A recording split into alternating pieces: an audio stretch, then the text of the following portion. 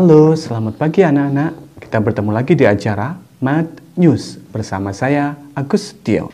Stay at home, stay learn, and stay heard.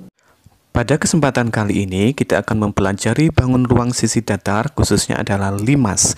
Tujuannya adalah kita akan mempelajari unsur-unsur luas dan volume limas, baik limas segitiga, limas segi 4, dan limas segi 5.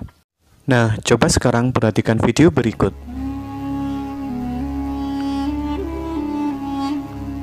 Video tentang apa itu? Ya, betul sekali. Itu adalah piramida di Mesir, salah satu dari 7 keajaiban dunia. Piramida terbesar di Mesir adalah piramida Giza. Menurut kalian, apa yang menarik dari piramida tersebut? Ya, salah satunya adalah bentuknya, besarnya, tingginya, dan sebagainya. Bentuk seperti ini disebut dengan piramid, atau dalam bahasa Indonesia disebut dengan limas. Kira-kira limas segi apakah itu anak-anak? Kalau kita amati lebih lanjut, bentuk piramida ini adalah seperti limas segi 4. Kalian tahu ada berapa sisi limas tersebut? Ya, betul sekali. Ada 5 sisi. Sisi bagian alas berbentuk segi 4 dan 4 buah sisinya berbentuk segitiga. Limas segi 4 ini, kalau kita buka, maka kerangkanya adalah seperti berikut. Bagaimana, sudah paham? Itu adalah salah satu contoh bentuk kerangka limas. Ini adalah limas segitiga beserta kerangkanya. Ada juga contoh limas segi 5 seperti berikut. Kalian sudah tahu perbedaannya? Pasti, karena kalian adalah anak-anak yang hebat. Dan ini adalah perspektif 3 dimensi dari limas segi 4, limas segi 3, dan limas segi 5. Bagaimana? Bagus bukan? Jadi, limas yang akan kita pelajari kali ini adalah limas segi 4, limas segi 3, dan limas segi 5. Kira-kira ada jenis limas yang lain enggak ya? Nah, sekarang masalahnya adalah kalau kalian hidup di zaman Firaun, kemudian kalian diminta untuk menghitung berapa volume dan luas piramida yang akan dibuat, ada yang bisa? Betul, kalian harus tahu dulu bagaimana cara mencari volume dan luas limas tersebut. Ada yang masih ingatkah bagaimana cara mencari volume limas? Ya, volume limas bisa kita cari dengan ilustrasi seperti berikut. Nah, kalau ada sebuah kubus seperti itu, kemudian kubusnya kita bagi menjadi 6 bagian yang kongruen atau 6 bagian yang sama ukurannya, sama besarnya gitu ya.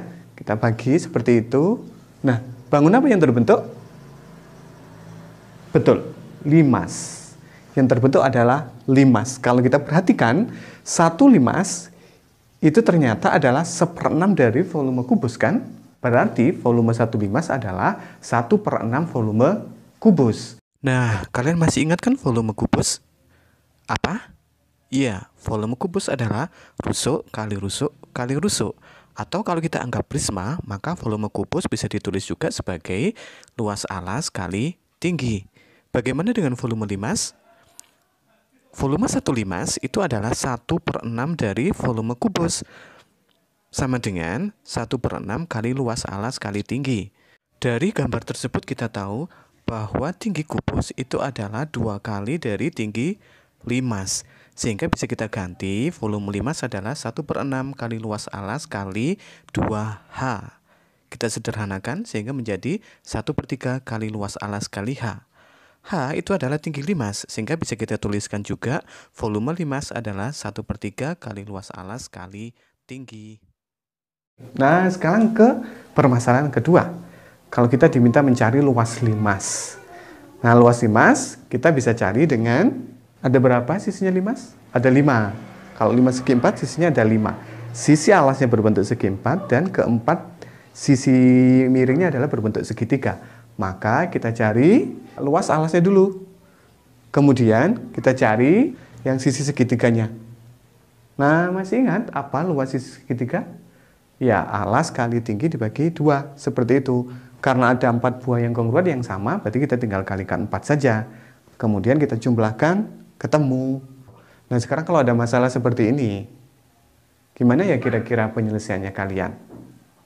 Ada yang punya ide?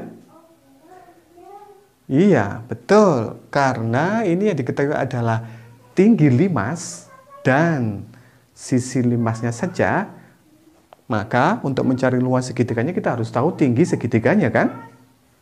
Nah, kalau begitu sisi segitiga diperoleh dari mana? Ya, kita manfaatkan Pythagoras yang sudah kita pelajari. Jadi kalau kita ilustrasikan gambarnya kan seperti itu.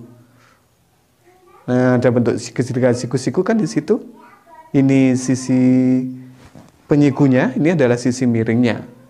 Maka bisa kita tahu bagaimana? Ya, C kuadrat sama dengan A kuadrat ditambah B kuadrat. Kalau kita masukkan formula, maka ketemu tinggi segitiganya berapa? Iya, karena tinggi segitiganya sudah ketemu seperti itu, maka kita tinggal gampang untuk mencari luas segitiganya seperti tadi. Baik anak-anak, itu tadi pelajaran singkat kita. Untuk lebih jelasnya kalian cari dari berbagai sumber, dari berbagai referensi, bisa dari internet, bisa dari buku dan sebagainya. Selamat belajar, terus berjuang, kalian pasti bisa.